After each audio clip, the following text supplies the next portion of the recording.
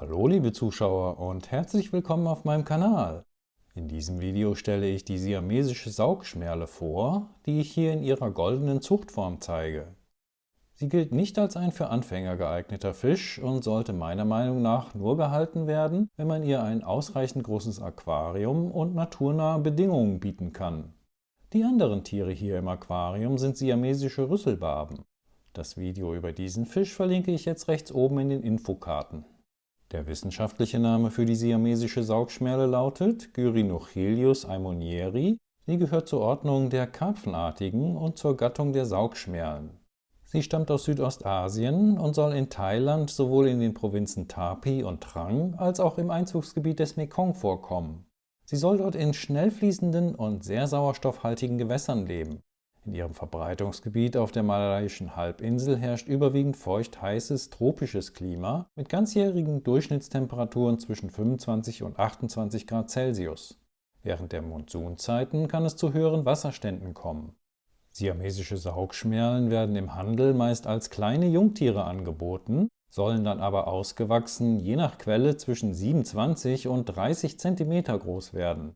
Die Männchen sollen etwas kleiner bleiben als die insgesamt etwas fülligeren Weibchen. Die Grundfarbe des langgestreckten Körpers ist bei der Naturform oliv bis bräunlich und kann teilweise auch gräulich wirken.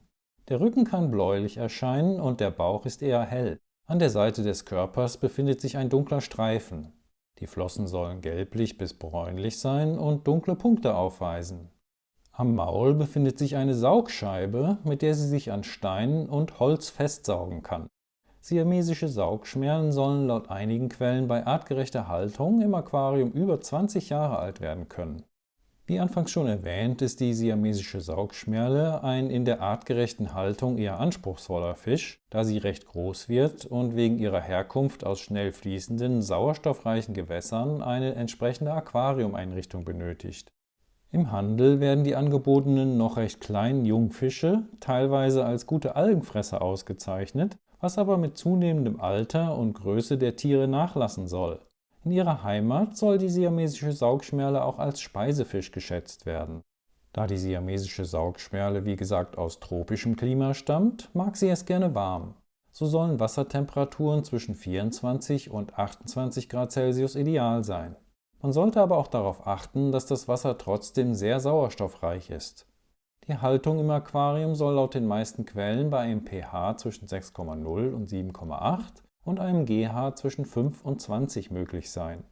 Siamesische Saugschmerlen sollen Reviere bilden und unverträglich gegenüber Artgenossen sein, besonders wenn sie älter und größer werden. Deshalb wird in einigen Quellen dazu geraten, sie einzeln zu halten. Andere sehen die Möglichkeit, bis zu 5 Tiere zusammenzuhalten, aber da muss das Aquarium wirklich schon sehr groß sein. Ein Becken mit 250 Litern Inhalt, das in einigen Quellen als Mindestgröße für diesen Fisch genannt wird, hat in der Regel eine Kantenlänge von 120 cm. Da kann sich ein 30 cm langer Fisch vielleicht gerade einmal umdrehen, aber keine Revierstreitigkeiten mit Artgenossen austragen. Möchte man die siamesische Saugschmerle artgerecht halten, sollte man das meiner Meinung nach nur in einem deutlich längeren Becken mit starker Strömung tun, in dem es viele großflächige und glatte Steine gibt, an denen sie sich festsaugen und die sie abweiden kann. Zwischen den Steinen sollte es Bereiche geben, die vor Strömung geschützt sind und in denen sich die siamesische Saugschmerle ausruhen kann. Bei der Vergesellschaftung mit anderen Fischen sollte man darauf achten, dass diese auch starke Strömung vertragen.